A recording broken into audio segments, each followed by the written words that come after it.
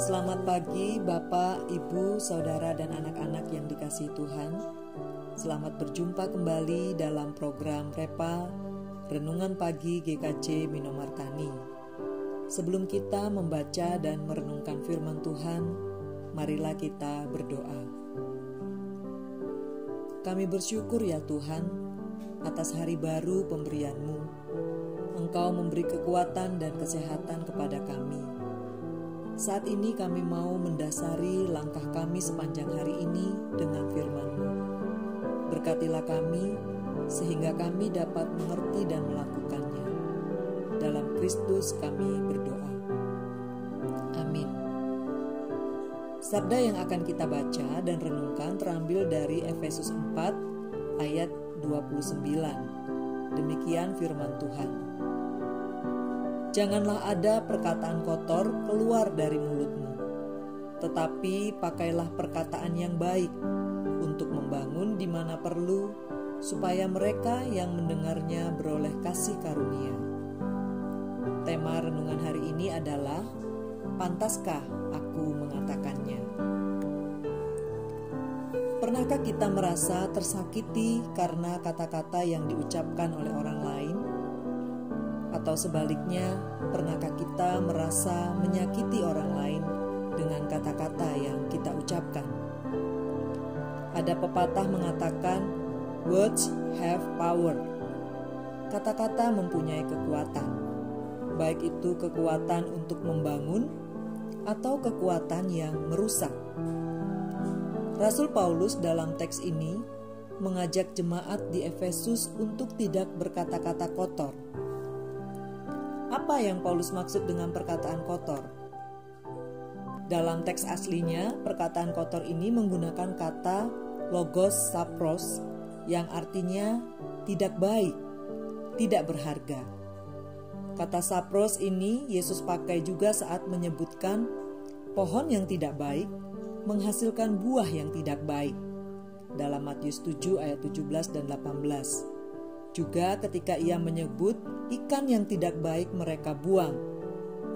Dalam Matius 13 ayat 48. Jadi perkataan kotor atau sapros yang dimaksud adalah segala macam perkataan yang tidak baik dan tidak berguna. Bukan hanya kata-kata makian, umpatan atau kata-kata jorok, tetapi semua perkataan yang tidak bermanfaat bagi orang lain. Melalui teks ini kita diajak untuk berhenti mengucapkan perkataan yang tidak berguna atau tidak bermanfaat bagi orang lain. Berhenti menjelek-jelekkan orang lain. Tidak hanya sampai di situ, kita juga diajak untuk belajar menggunakan kata-kata yang baik. Lalu bagaimanakah perkataan yang baik itu? Nah, dalam ayat 29 ini kita dapat melihat 3 hal. Yang pertama adalah kata-kata yang baik ialah kata-kata yang mampu membangun orang lain sehingga hidupnya menjadi lebih baik. Yang kedua, kata-kata yang baik adalah kata-kata yang bermanfaat. Dalam ayat 29b dituliskan di mana perlu.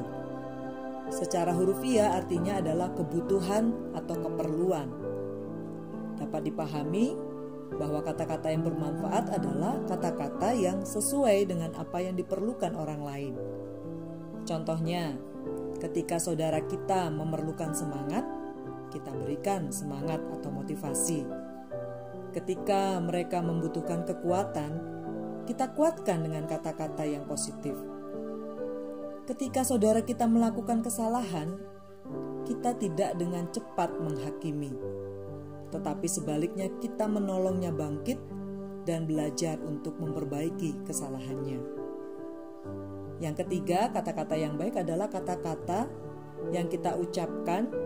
Nah, ketika kita mengucapkannya, maka mereka yang mendengar akan merasakan kasih karunia. Mereka merasakan kepedulian, mereka merasakan cinta yang kita berikan melalui kata-kata. Belajar dari nasihat Paulus ini, tentu kita merasa tidak pantas mengucapkan kata-kata yang tidak baik, yang dapat merusak kehidupan orang lain. Mari kita belajar untuk menata perkataan kita dalam komunikasi sehari-hari dengan setiap orang yang kita jumpai. Mari berdoa.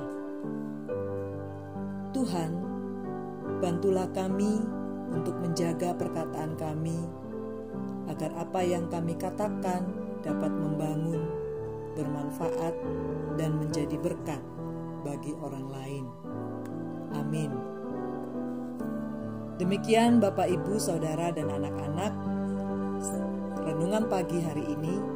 Selamat beraktivitas, teriring berkat Tuhan.